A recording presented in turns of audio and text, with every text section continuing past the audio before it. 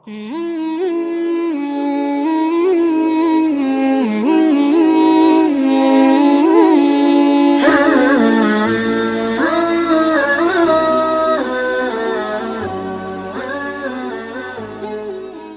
akan kita singgung dalam masalah biologis dalam Islam. Mereka berharap istrinya melakukan sesuatu yang dia butuhkan dalam masalah biologis diranjang. Tapi dia nggak bahasakan. Dia hanya mau tahu istrinya harus mengerti. Nanti juga kita akan bahas ibu-ibu juga begitu. Angan-angannya dalam masalah biologis ada A, B, C. Tapi dia nggak bahasakan ke suaminya. Mungkin karena merasa itu rancu. Mungkin karena merasa itu aib. Mungkin karena merasa nggak perlu. Atau yang lebih parah adalah berharap pasangan faham tanpa dibahasakan. Ini nggak mungkin terjadi. Harus bahasakan. Saya begini. Seperti kalau kita lagi suka makanan, kita bilang, saya suka sekali sayur asam. Saya suka kalau tempe seperti ini. Dibahasakan sehingga pasangan kita tahu. Gitu kan? Saya suka, ibu-ibu saya suka sekali kalau abang, kakak pakai baju seperti ini. Ya. Atau menggunakan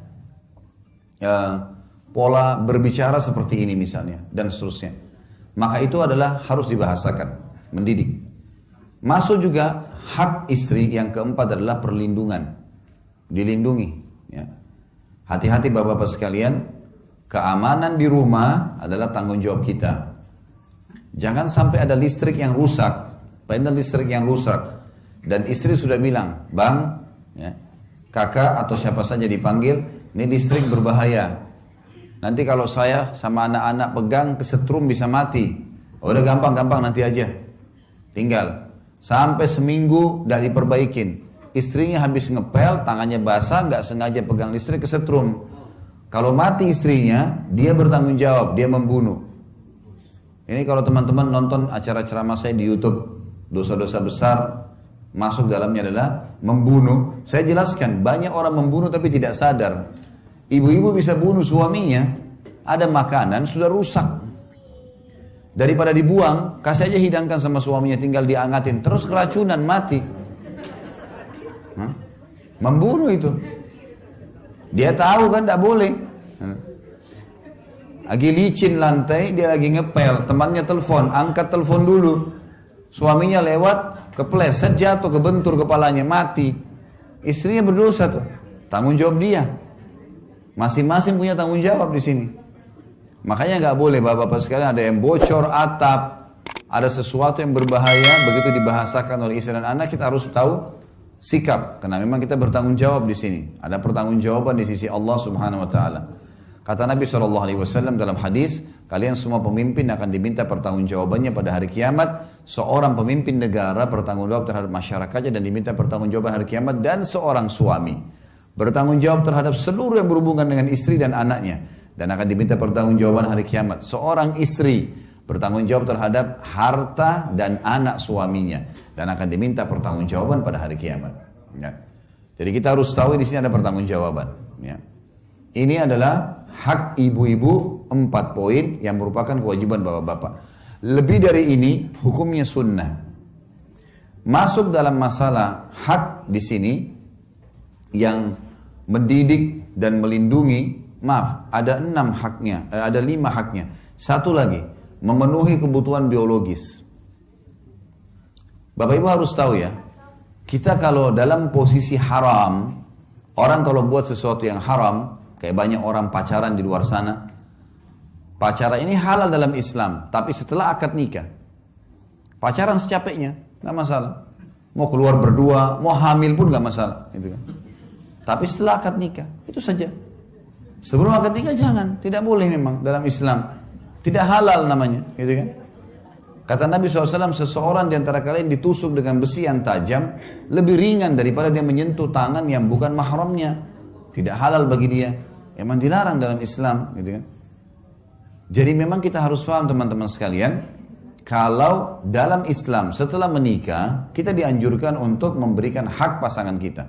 Laki-laki dan perempuan harus paham, waktu mereka menikah, rumah tangga itu 50% biologis, 50%-nya biologis. Sisanya kegiatan yang lain. Sabda Nabi SAW, siapa yang menikah dia telah menyelamatkan setengah agamanya, tinggal dia menjaga setengah yang tersisa. Karena setengah agama ini adalah masalah biologis. Laki-laki banyak yang rusak karena perempuan, perempuan banyak yang rusak karena laki-laki. Kalau sudah menikah, ada tempat pelampiasan, maka berarti secara otomatis dia akan aman setengah agamanya. Makanya ulama bilang, kalau orang sudah menikah, syaitan akan berkumpul di rumah tangga itu supaya jadi malas, supaya jadi tidak mau berhubungan biologis. Istrinya sama suaminya sudah sikat gigi, sudah wangi, sudah pakai baju bagus, nggak mau disentuh, nggak mau berhubungan. Tapi kalau dia berhubungan haram di luar sana, biar juga pacarnya nggak sikat gigi, dia mau ciuman. Gitu kan. Itu yang terjadi. Syaitan hiasi perbuatan yang kotor. Banyak laki-laki yang tidak beriman sama Allah mau menyentuh perempuan pelacur yang gonta-ganti pasangan, kemaluan sama orang yang tidak jelas. Tidak jelas juga mulutnya, baunya seperti apa. Mungkin bau khamar, mungkin bau rokok dan seterusnya. Tapi mau berhubungan. Istrinya di rumah yang bersih, yang suci nggak mau. Ada juga perempuan begitu. Sama suaminya bosan, jenuh. Tapi kalau sama laki-laki lain, hanya sedikit saja dipanggil sayang. Oh ini laki-laki perhatian nih. Kalau suami saya nggak pernah bilang sayang gitu. Padahal mungkin suaminya sudah 700 kali ucapkan itu kan. Gitu. Tapi seperti itulah syaitan menghiasi. Makanya di dalam rumah tangga harus diperhatikan baik-baik tentang masalah ini. Biologis hak pasangan. Bukan aib Bapak Ibu sekalian. Apa yang Bapak-Bapak suka dan apa yang Ibu-Ibu suka dari pakaian, dari minyak wangi, dari gerakan-gerakan biologis dibahasakan ke pasangan. Saya tidak merasa malu, Bapak Ibu sekalian, kalau saya masuk ke pasar, saya membelikan baju tidur istri saya. Warna yang saya suka, model yang saya suka, saya kasih dia di rumah, ini dari saya, kamu pakai ya. Dan itu luar biasa, membuat saya merasa, oh iya di luar saya tidak terganggu lagi. Karena apa yang bisa menggoda dari perempuan, sudah dimiliki oleh istri saya. Ibu-ibu bukan aib, oh suka laki-laki pakai baju kaos hitam, suka pakai celana pendek, apa yang kira-kira menggoda kita dari lawan jenis, beli, kasih pasangan pakai. Karena begini, kemasan itu, fisik kita, dunia ini rata-rata kemasan dan kiasannya. Selebihnya, inti utamanya satu, maksudnya begini. Misal Bapak Ibu, saya mau tanya, apa bedanya makan di daun pisang sama makan di piring emas? Hah? Kemasannya, iya kan? Tapi tujuannya makan. Apa bedanya orang yang tidur di emperan jalan dengan orang tidur di atas ranjang pakai AC mewah? Kemasannya, tujuannya tidur. Kan gitu. Sama semua itu. Jadi jangan terpengaruh dengan kemasan.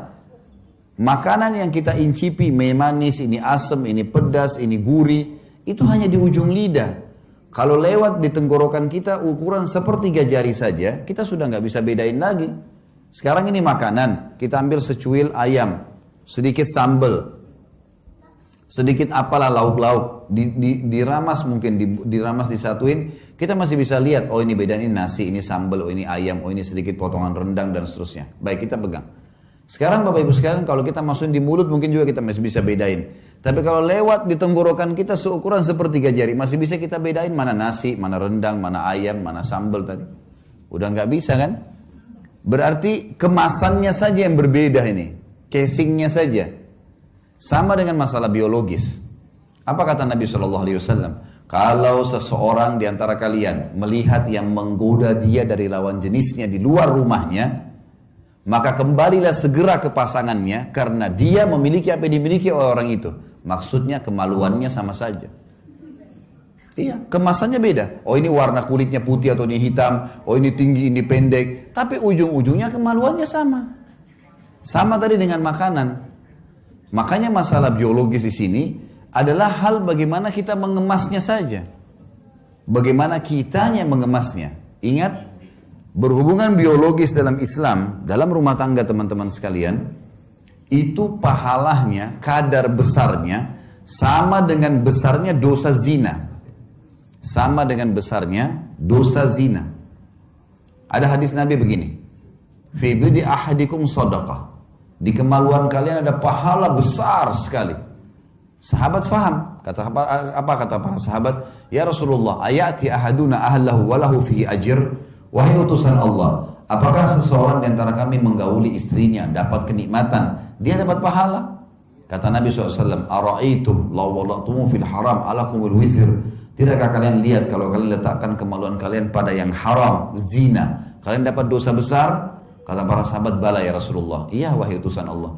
Kata Nabi SAW, fakadzalika fil halal. Begitu juga pada yang halal.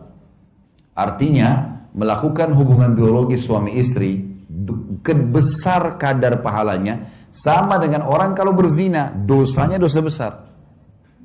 Makanya Abdullah bin Umar radhiyallahu anhu, beliau kalau puasa Ramadan atau puasa sunnah, beliau buka puasa dengan beberapa butir kurma dengan air putih. Habis itu pulang ke rumahnya, habis sholat maghrib berjamaah sama Nabi SAW, pulang ke rumahnya berhubungan biologis dengan istrinya. Karena dia tahu itu pahalanya besar dan ternyata hubungan biologis itu betul-betul meredam seseorang dari perbuatan zina di luar rumahnya. Kalau sudah terlampiaskan kita jadi, orang itu kalau kenyang, dikasih makanan apapun tidak mau makan gitu. Susah dia untuk makan, sudah kenyang gitu kan. Maka itu perintah, makanya dijadikan sebagai sebuah kewajiban. Bapak-bapak harus hati-hati, karena ibu-ibu ini suka dengan kejutan.